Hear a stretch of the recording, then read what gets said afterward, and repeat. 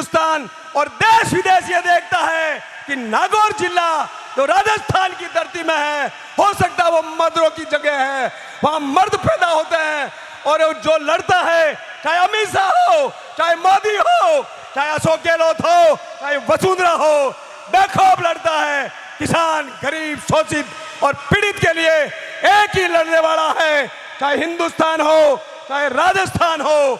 सड़क से लेके विधानसभा तक, विधानसभा से लेके लोकसभा तक, यदि किसी किसान के बेटे के लिए लड़ा, किसानों के हक के लिए लड़ा, गरीबों के लिए लड़ा, अत्याचार और पीड़ित, शोषित पीड़ितों के लिए कोई लड़ा, आपका बेटा हनुमान बेनीवाल लड़ा है। मेरे भाइयों, आपने देखा होगा, यदि घर गांव के अंदर नई फॉर्च्यूनर आ जाए और किसी को सीट पे बिठा दो, वो सीट नहीं छोड़ता, बोले ये कहीं उतार के चला जाएगा, दूसरा बैठ जाएगा।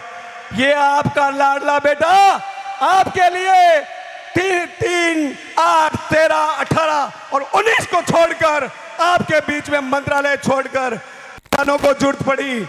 वो कड़ाके की सर्दी थी, दिसंबर का महीना था, सुख और आराम को छोड़कर अपने बेटे बेटियों को परवाह नहीं किए, किसानों की परवाह करते हुए उस 3 काले कानूनों के सामने डट के बैठा।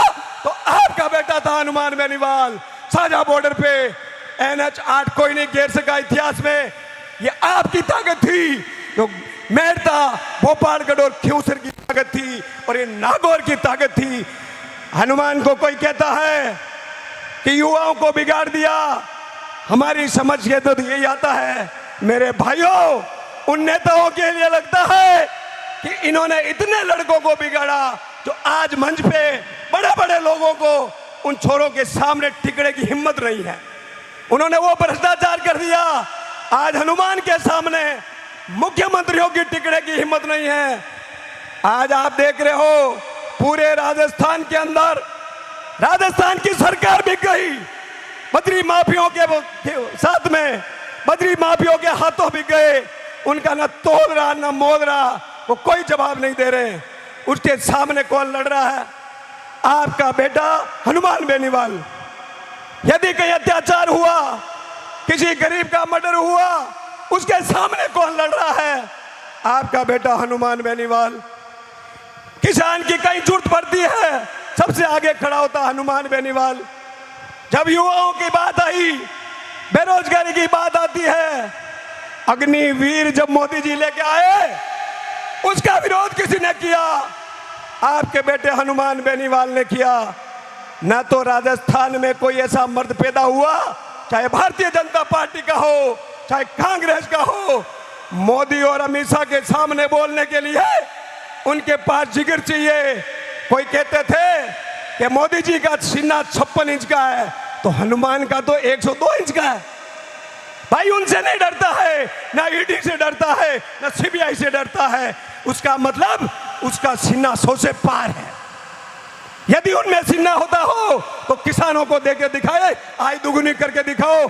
हम सोचेंगे 56 का है, क्या पता 56 का है या 28 का है। मेरे भाइयों, आपको किसी ने हक नहीं दिया, आपके वोटों का शोषण किया और सिर्फ आपके वोट लेके और वो कुर्सी पे बैठ गए। कोई मंत्री बन गया, कोई कुछ बन गया, कई मुख्यमंत्री बन गया, सबको पागल बना के, इनके कोई वोट ही नहीं होते, फिर भी उनका सामना करता हनुमान बेनीवाल, उसके खाते में आती है।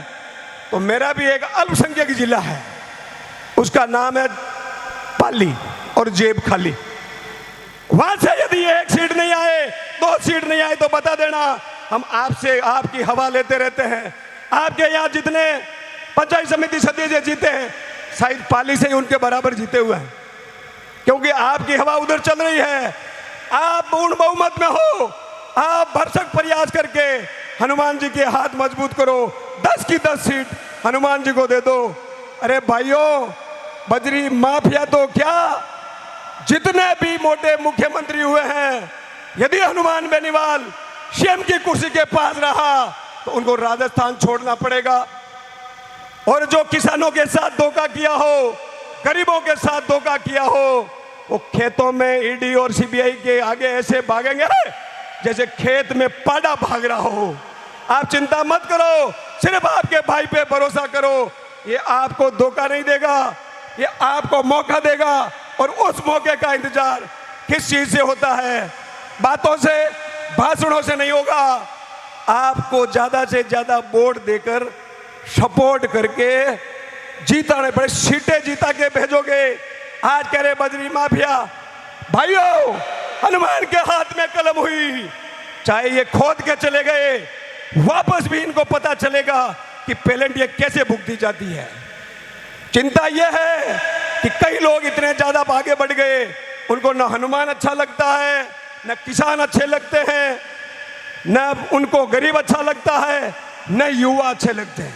मेरे भाइयों, कम से कम आप बूढ़े बुजुर्ग हो, मुझे एक बात बताना, क्या आप अपने बेटे को सक्सेस होते हुए नहीं देखना चाहते? आप अपने बेटे को नौकरी में जाना नहीं देखना चाहते? आप अपने बेटे को एमएलए एमपी बनना देखना नहीं चाहते? क्या आपका बेटा अच्छी स्कूल में नहीं पढ़े? बताओ, पढ़े या नहीं पढ़े? एक बार आप हाथ ऊंचा करके बताओ। पढ़ते हो तो दोनों हाथ ऊंचा करो।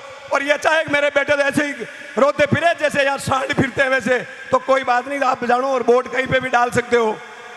किसानों के बेटों को जब आरएस, आईएएस और आईपीएस की परीक्षाओं का रिजल्ट देखते हैं तो बड़े नेता और बड़ी पार्टियों का दिमाग खराब हो गया कि हनुमान कहां से आया, कहां से इनको जगह दिया।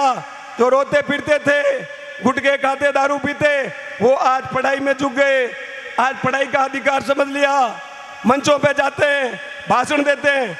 मेरे भाइयों, आपकी ईमानदारी से कहना, नागौर और मेड़ता तो राजनीति में बहुत अग्रणीय है।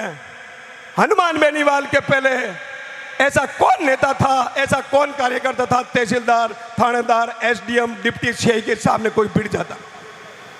थाने के सामने से नहीं निकलते कि थानेदार जी खड़े हैं, तहसीलदार जी खड़े हैं, एसडीएम साहब, डिप्टी साहब खड़े हैं। आज ये स्थिति हो गई, एक एक कार्यकर्ता उसने इतने पैदा कर दिए कि आपके साथ कंधा से कंधा मिलाकर कहीं पे भी चल देते हैं। ये ताकत है हनुमान बेनीवाल की, ये ताकत है आपकी, जो उन्होंने कंधा मजबूत किया। 2023 के अंदर आप नागौर से वो जलजला साबित कर दो कि पूरे हिंदुस्तान में लहरा जाए। जय जवान, जय किसान, जय हिंद।